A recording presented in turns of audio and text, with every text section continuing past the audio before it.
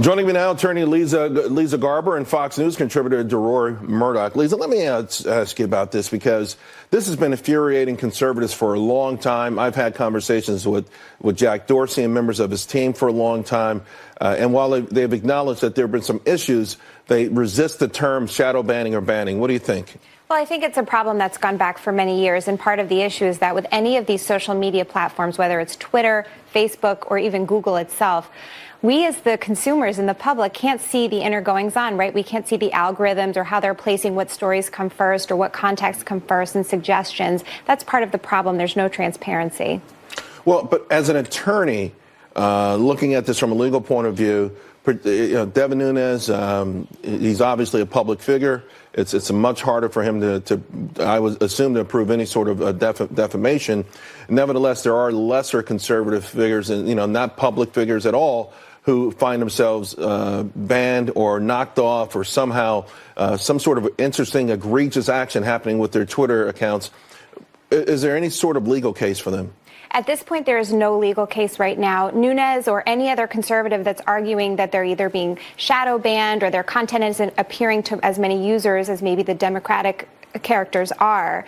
There's still this issue that these are private platforms. And then additionally, in terms of Nunes' lawsuit against Twitter, really, any of these platforms are shielded by a federal law, which is Section 230 of the Communications Decency Act, which says they aren't responsible for what actual users are posting. So one of the accounts that Nunes is fighting against is an account that's saying it's a cow that's writing these tweets against him, right, that are nasty and defamatory. But in essence, he can't sue Twitter for that.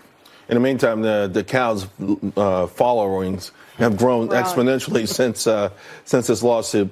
But as a conservative, you understand where the might and the size of a Facebook or Twitter or Google, it's hard to go and find an alternative to those. So the idea that you would go on these platforms and be ridiculed or mistreated is frustrating.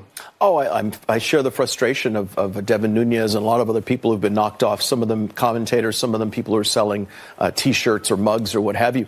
But as Leeza said, Twitter is a private company. They could say, look, we're just not going to run anyone on the right. I wish they'd be honest and say, look, we're not an open platform for anybody who comes along. We're a bunch of leftists. We believe in socialism. We're going to, conservatives need not apply. If Bernie Sanders sent an article to National Review Online where I'm a contributing editor saying America needs Medicare for all, I'm guessing we probably wouldn't run it. And we're a private organization. That's all right.